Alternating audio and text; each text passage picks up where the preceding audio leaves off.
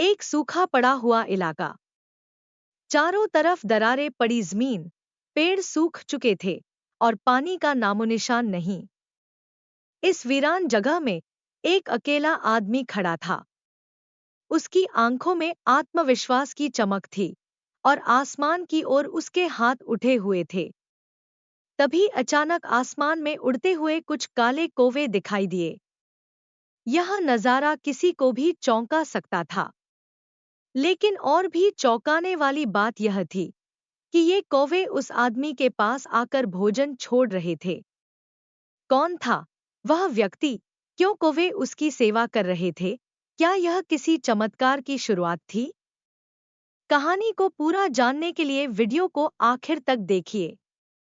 तो चलिए रहस्यमय कहानी को सफर में आगे बढ़ते हैं। कहानी पसंद आए तो वीडियो को एक लाइक करके परमेश्वर की महिमा में हल्लेलुया कमेंट में जरूर टाइप करें। तो चलिए कहानी को शुरू करते हैं।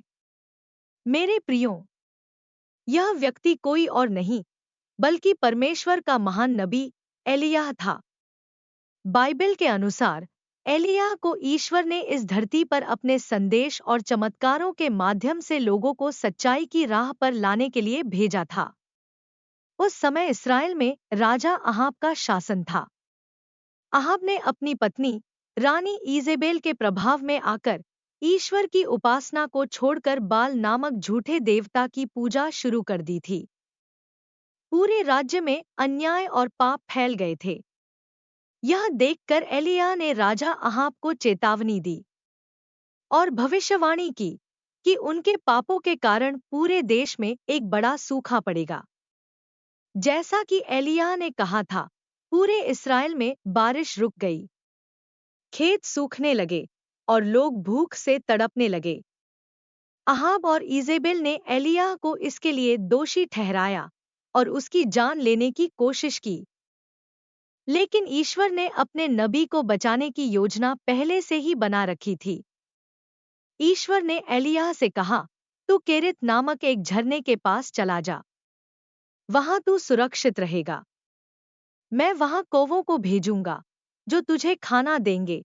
एलिय्याह ईश्वर के आदेश का पालन करते हुए केरित नामक उस निर्जन स्थान पर पहुंच गया। झरने के किनारे उसने अपना डेरा जमा लिया। दिन और रात कौवे उसके पास आते, रोटी और मांस लेकर। यह चमत्कार केवल भोजन तक सीमित नहीं था, बल्कि यह एक संदेश था कि जब ईश्वर अपने लोगों की देखभाल का वादा करते हैं, तो वह प्रकृति के माध्यम से भी अपनी कृपा दिखा सकते हैं। सोचिए, वह समय जब लोग भोजन के लिए तरस रहे थे, तब एक नबी को पक्षियों के माध्यम से भोजन प्राप्त हो रहा था।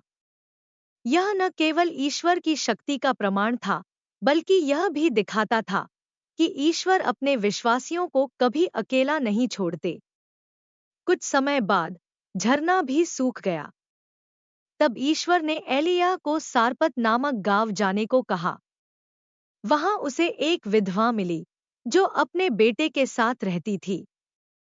वह बहुत गरीब थी और उसके पास केवल थोड़ा सा आटा और तेल बचा था। एलिय्याह ने उससे कहा, डर मत, पहले मेरे लिए रोटी बना, फिर अपने और अपने बेटे के लिए। विधवा ने अपने आखिरी राशन से नबी के लिए रोटी बनाई।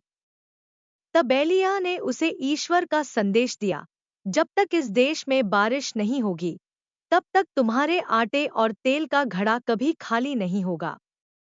और यही हुआ। वह घड़ा दिन प्रतिदिन भरता रहा और उस महिला का परिवार भूखा नहीं रहा। मेरे प्रियो, एलिय्याह की कहानी केवल कौवे और भोजन तक सीमित नहीं है। यह कहानी हमें सिखाती है कि सच्चा विश्वास करने वाले व्यक्ति को हर परिस्थिति में ईश्वर उनकी मदद करता है। चाहे परिस्थितियां कितनी भी कठिन क्यों न हो, अगर हमारा भरोसा ईश्वर पर है, तो वह हर संभव तरीके से हमारी सहायता करेंगे। यह कहानी इस बात की गवाही है कि चमत्कार केवल विश्वास और ईश्वर की कृपा से संभव है। एलिय्याह का जीवन हमें सिखाता है कि सच्चाई और धर्म के मार्ग पर चलने से असंभव भी संभव हो सकता है। मेरे प्रियो, क्या आप भी उस विश्वास को महसूस कर सकते हैं जो कौवों को भी इंसान की सेवा में लगा सकता है। इस कहानी से क्या आपने भी कुछ सीखा? कमेंट में जरूर बताएं। कहानी को सुनने के लिए आपका बहुत बहुत धन्यवाद। प्रभु आपके साथ हो। आमीन।